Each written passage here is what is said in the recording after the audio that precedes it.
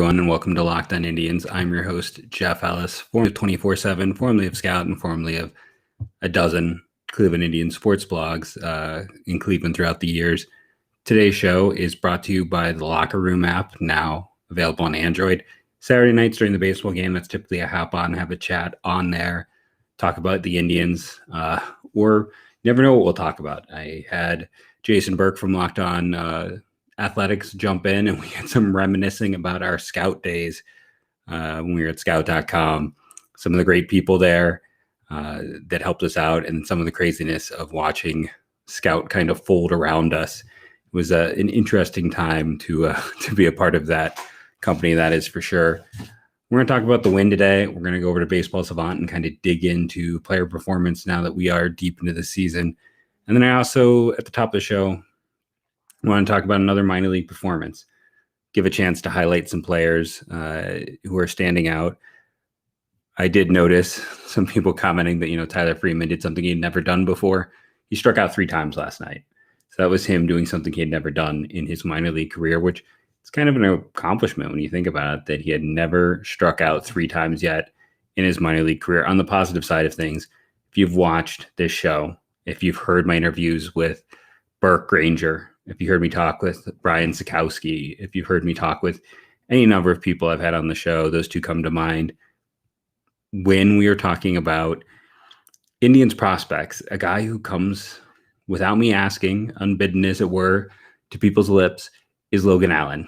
I've started calling him Logan Allen the Younger, so we can start using that as a term. I don't know if it's really been properly used since like the Romans, but for us, it makes sense. It's not a junior in this case. It's honestly just Logan Allen the Younger. And he had his first start, and he went 5 innings of 1-hit baseball, 1 walk, 8 strikeouts. Again, starting, if you listened to the show earlier in the week, in high A, an aggressive placement for a college pitcher.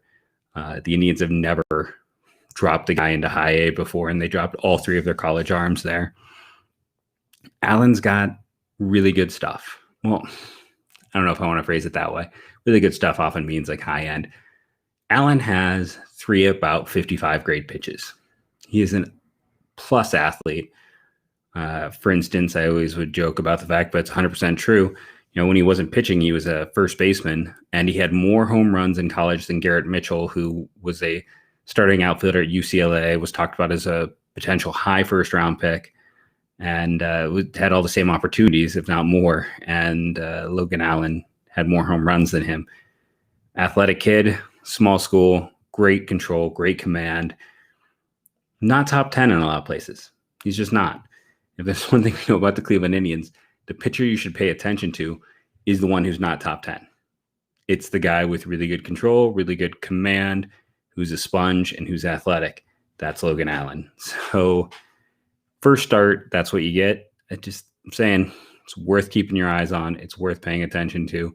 When Logan Allen is pitching in Lake County, if you live in that area, I mean, Tanner Burns is also really fun to see. Mason Hickman, I talked about, could be the steal of the draft, as he went to Vanderbilt and just never developed, never had any velocity. If the Indians can work with him, I mean, for as great as Kumar Rocker was, Mason Hickman was the ace. It's 3 really interesting arms. You can't go wrong. But Logan Allen, to me, is the best of that group. I had him highest ranked of any player the Indians drafted a year ago. And coming out of the gate like that, I had to talk about it on the show. I just had to. There's no way I wasn't going to talk about that performance. It's been fun having minor league baseball back. It's been really fun getting the box scores in my mailbox, digging through them, looking at them. Never realized how much I miss them. What I really miss is, I'm going to miss the camaraderie of being in that AA box. Even if I was still in Ohio, I know Liebs is not in charge of Rubber Ducks Media Relations anymore, who was another podcast guest we had on here. There's a lot of great people I got to meet in that box between, Brad Bornell and Daniel Sheriff, Jake Dungan, who I knew from IBI, but even like Danny Cunningham, and I'm blanking on all the people through the years, and I'm sorry if someone listens, why didn't you mention me? It's just, there's so many fun times interacting and talking with people, and it was awesome. It was a way to discuss baseball while watching baseball and then getting to interview the players after. It's just some of the best baseball memories I have. And if you are in, covering, I believe the Rubber Ducks this year for Indians Baseball Insider, I think is Caleb, who we might have on the show here in a bit, Phillips. And then Lake County, I want to say, is Pat Ellington, who we had on the show previously. If you're following Twitter, I did want to quickly talk about Pat Ellington is going to join the show once a week as a co-host. We had him on. He and I had some great discussions, looking for ways to continue to grow the show, bring in some new voices, and just some interesting people to talk with. So if you enjoyed that conversation, it's like a 2.5-parter with myself and Pat. There's going to be more of them. It's going to be weekly. We'll try to cut down on the minutes. But sometimes it's going to be Pat and myself. Sometimes it'll just be Pat. And we're going to figure out how that works. And I might be bringing in one more person to do kind of a similar thing. So I know there have been those saying, hey, expand the podcast. It can only be helpful. We're doing it. I'm taking that to heart, and we're growing the podcast out. And Pat is the first person we're bringing in to bring a new perspective into the show. Let's talk about this game today. So the Indians, I said, hey, who cares if they lose? And then in the second inning, I was like, hey, it's, Tristan McKenzie, what's his issue with control? And I ended up looking very foolish on both counts. So if you go into the game, in the first, I guess in my mind, in the first, he had walked someone. But when you go into the second inning, I know there was not this. No, he was. Was I looking at the wrong game, or did I pull up the wrong box score here? So in the third inning, it goes. There's 2 walks, and that's where I'm starting to get a little bit nervous because McKenzie had been going to a lot of full counts. He had been getting his pitch count up there a little bit. It must have been the third when I was able to jump in. Carlos Santana gets another walk. So yeah, this is right about the time I was jumping in. But McKenzie walked that tightrope with his command. And even going through and looking at the counts now, he got through. I was concerned mostly about his walk totals in the early going. And he ended up with 4 walks in 5 innings, just 2 hits, 5 strikeouts. It's one of his best performances of the year, let's be honest. Nick Sandlin comes out, gives him 2 innings, and you go Karinchak to Class A. That's win number 4 for Kansas City. They have now lost, 6 of their last 7, and they have now in 7 of their last 9. They do that right? No. Yes, 7 of the last 9. It's been rough for them. I mean, they've went from the best record in baseball to they're now 3rd place in this division. The Indians are alone in 1st place. How crazy is that? After all of our complaining and hand-wringing, the Cleveland Indians are in 1st place. Yes, Tristan McKenzie is definitely one of my stars this game. Who reached base twice? Cesar Hernandez had 3 hits. Franmil Reyes had a home run and a walk. By the way, that was the only walk by the Indians in this game. 2 hits to Ahmed Rosario, 3 hits to Rene Rivera. What a game for him in his call-up. Yes, he has to be one of the stars as well. McKenzie ended up with 92 pitches. Danny Duffy, who's been so strong all year, gave up 3 earned runs, 8 hits, the 1 walk, and he struck out 6. His ERA goes over 1 for the first time, I believe, this season. And you look at that box score. Cleveland, 11 hits. They got 4 runs. They did have the 1 error. Kansas City only managed 4 hits in this one. They did have how many walks in the end? 5. So it was McKenzie had 4 of the 5 walks. The other one went to Karinchak. But the Indians were hard to hit, and Kansas City was scuffling, and it ended up being a very rough game for them, a very rough 4-game series. 3 stars in this one. It's easy. We're going Rene Rivera for that debut with 3 hits, going Franmil with the home run and the only walk, and then Tristan McKenzie for that fantastic start. How nice to be wrong. 4 straight. I did not expect that. I thought, honestly, coming into this series, I was looking at a split, and they won 4 in a row, and again, they're in 1st place. 3 double plays induced. Like I said, I mentioned Jose Ramirez had the 1 error. Some other players had some struggles relative to things, but let's see. Josh Naylor goes 0 for 4. Chang and Bowers combined to go 0 for 4. And Jose Ramirez goes 0 for 4, but everyone else reached. So that's overall, it's a strong performance. Other side of things, old friend alert, Carlos Santana 0 for 2, but 2 walks, of course, in this one. It's a very Santana line. Next up for the Cleveland Indians is Cincinnati. Cincinnati just placed Joey Votto on the disabled list with a broken finger. I can't remember off the top of my head. Their offense has been pretty deadly. Jess Winkler and Nick Castellanos are, for lack of a better word, awesome. The Jess Winkler has a 422 BABIP. He is playing out of his mind. For those who aren't familiar with BABIP, it's mostly just to be able to look at a player and tell if they've been lucky or unlucky, because there is luck in baseball. And your typical players, I want to say around a 285, 280 BABIP. Jess Winkler's is at 422. So while he has a 182 WRC plus and a batting average of 359, his BABIP says that he should lose about 130 points from his batting average any day now. And of course, that doesn't happen right away, but that he has been incredibly lucky. Castellanos at 324, a bit of the same, but still, or 338, I should say. 324 is his ISO. 338, he's got about a 40-point drop, but that's still going to keep him pretty respectful at 166 overall. Tucker Barnhart, their most everyday catcher, also very strong performance. And if we thought the 422 BABIP by Winkler was high, how about Barnhart at 486? He's hitting 313. Yeah, very lucky so far for him.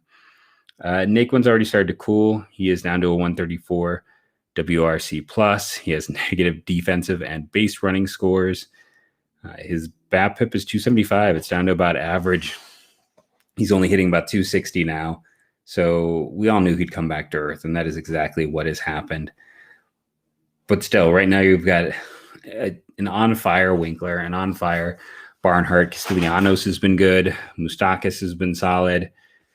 Nick Senzel.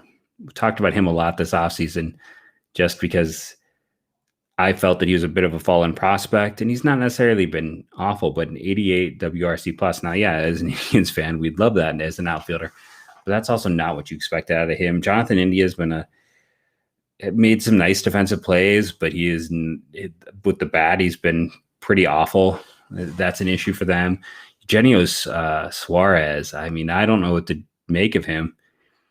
And 2 years ago, after the 2019 season, I made an argument that he was more valuable than Lindor when you looked at contracts and value, because he was so cheaply signed and he had such big production over a few years.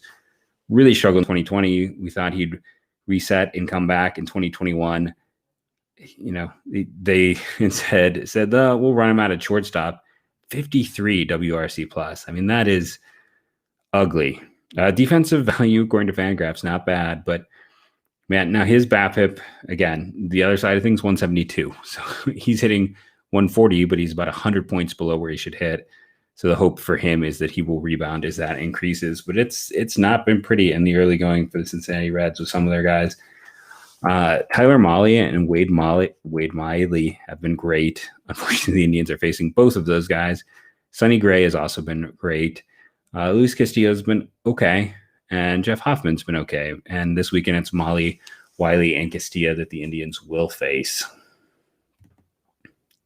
So now that we've had that opportunity to kind of do a bit of a preview, look ahead to this weekend, let's take a moment here and talk about one of our sponsors that helps keep this show going, helps keep it fresh, provide some money to myself and all the other hosts out there. Let me adjust the camera a little bit. Work on it. You're supposed to have a gap for those who are watching at home between yourself and the top, and I must have moved forward and lost my gap. Let's go over to betonline.ag, our sponsor. Let's see what they think for game one of this Indian series. If you've never been to betonline.ag, it's our official home for all lines and such things. And as I go there, it's sports, live betting, casino, racebook, poker, esports, contests, and more.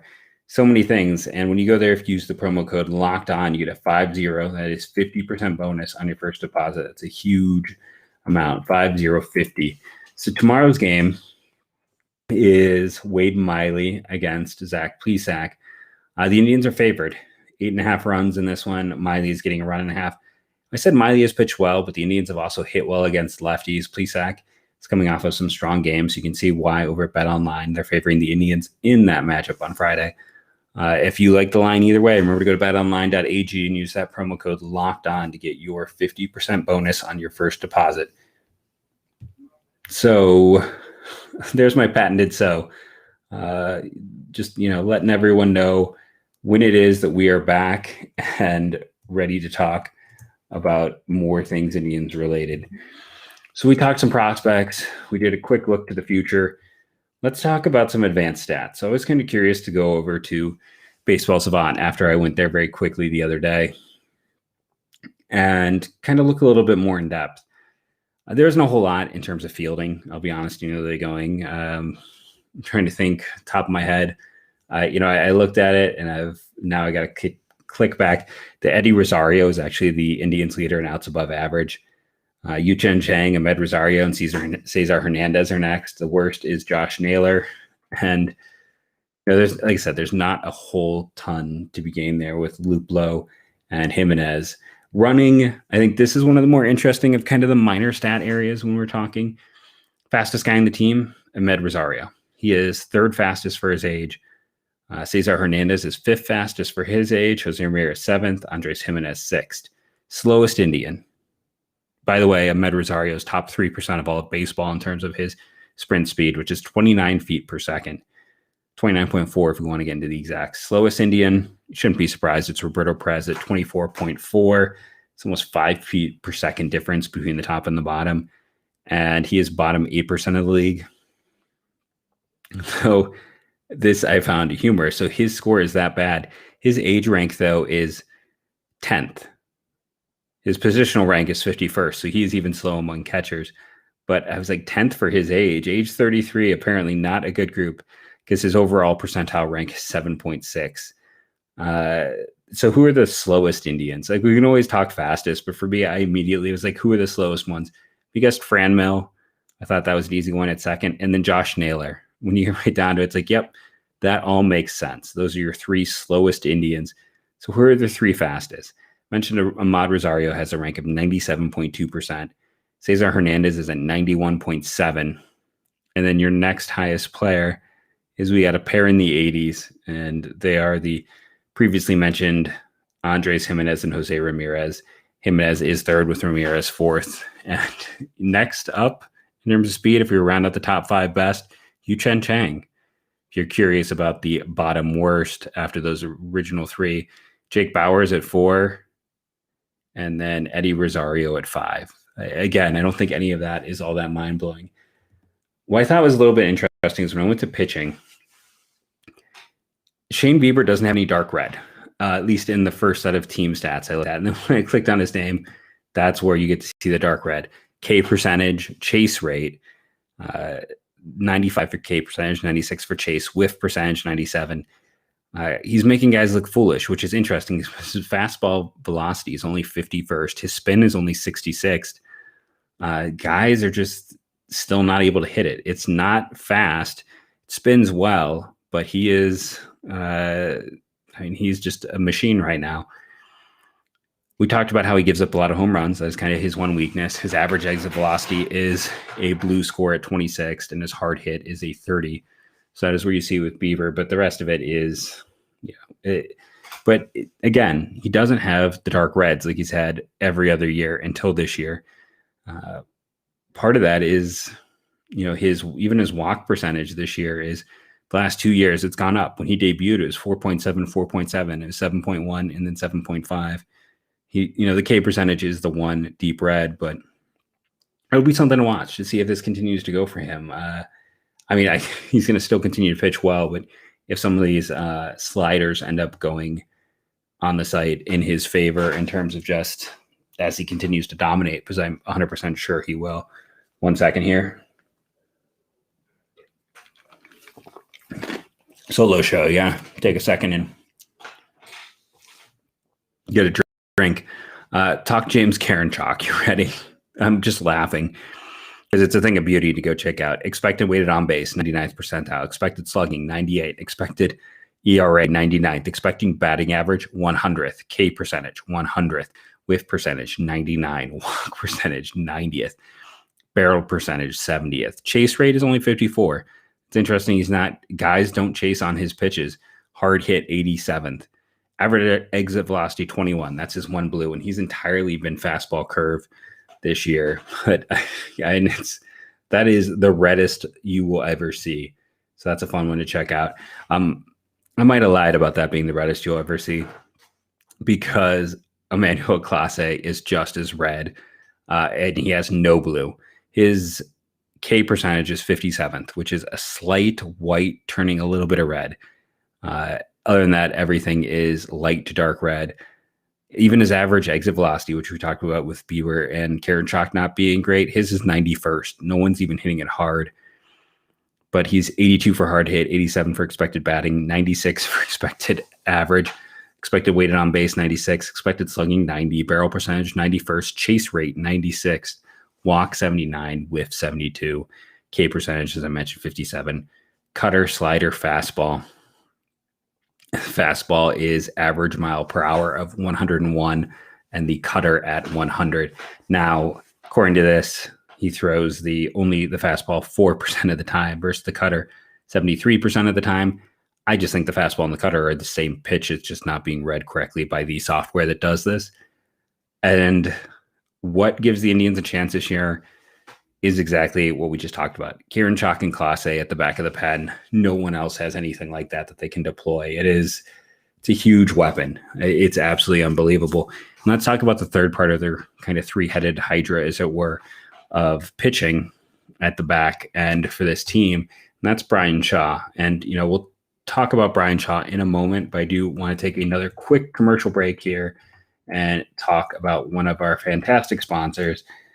I love all of our sponsors because they help keep our show going. And this is my favorite sponsor. And if I'm saying that, you should know it's Built Bar.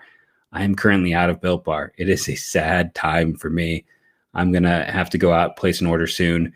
Their newest bar, I should go over right now and tell you all about it. It's like a sweet fire bar or something. I didn't get a chance to read the full email. I'm very curious to see if they even have it. I feel like whenever they do something new, it goes away so quickly and you miss out on something interesting. Yeah, it's already gone. That's how good things at Built Bar are.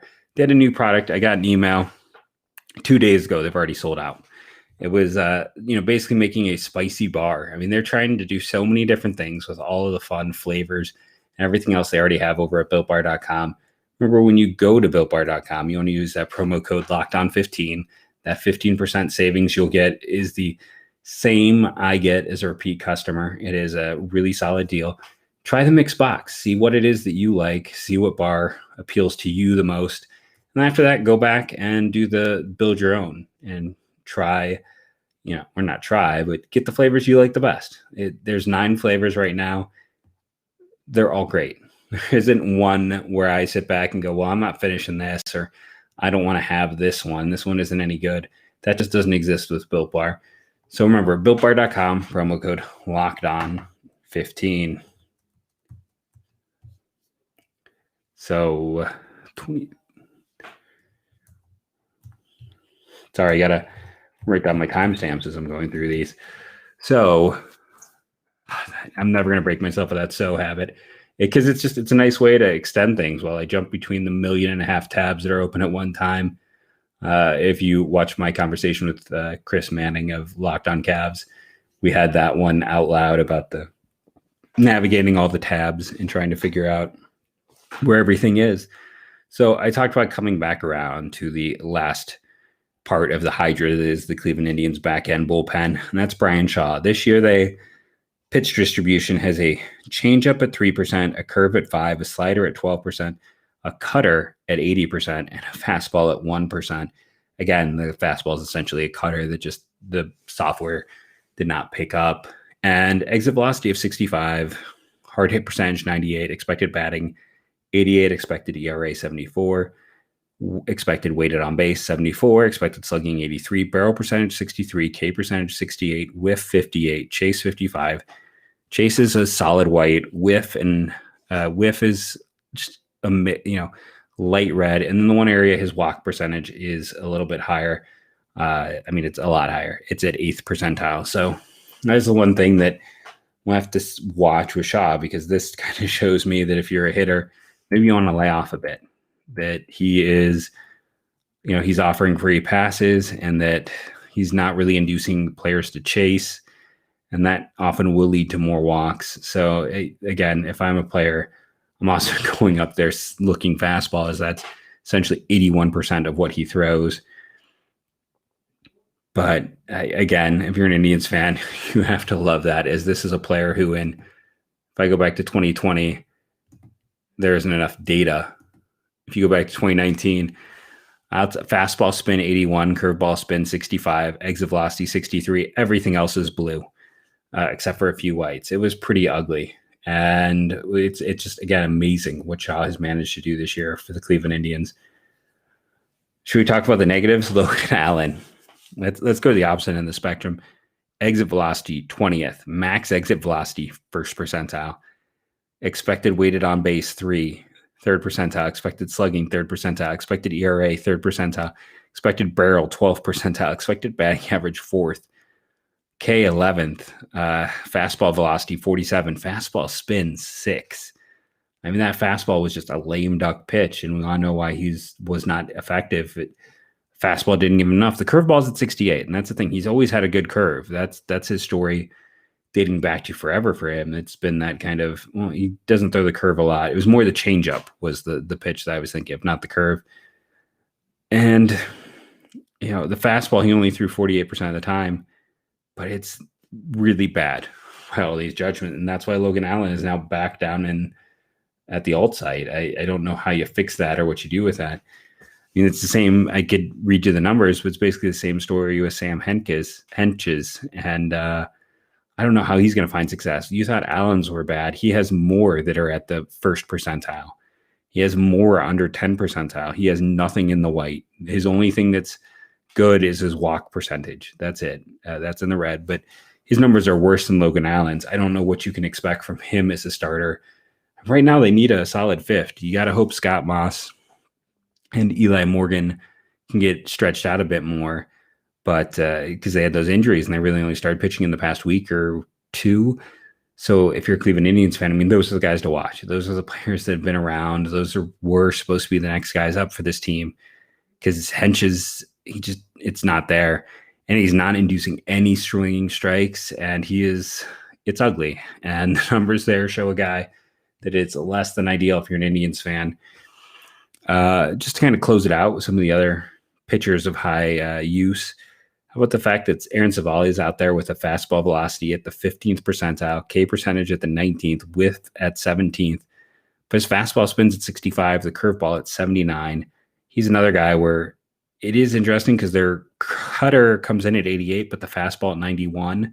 So they do seem to be distinct pitches, but he's also got the curve, the changeup, and the slider, and he throws those all over 10% of the time. And that's what he's doing. None of his data is great. Barrel percentage is low. Curveball spin is good. But everything else is kind of that white, almost red. So he's getting by with mid to back rotation stuff. And again, credit to Savali, who's been a very solid pitcher for the Indians. Should we talk Tristan McKenzie? It's another one where you kind of go, uh-oh. We'll see how this goes. Hard hit percentage. Hard hit percentile, 2nd. Barrel percentage, 1st. He's getting barreled more than anyone else in baseball. Walk percentage, 1st. Curveball spin, 9. Fastball spin, 45. Fastball velocity, 27. Chase rate, 39. Again, he was great today. K percentage at 89 and whiff percentage at 94.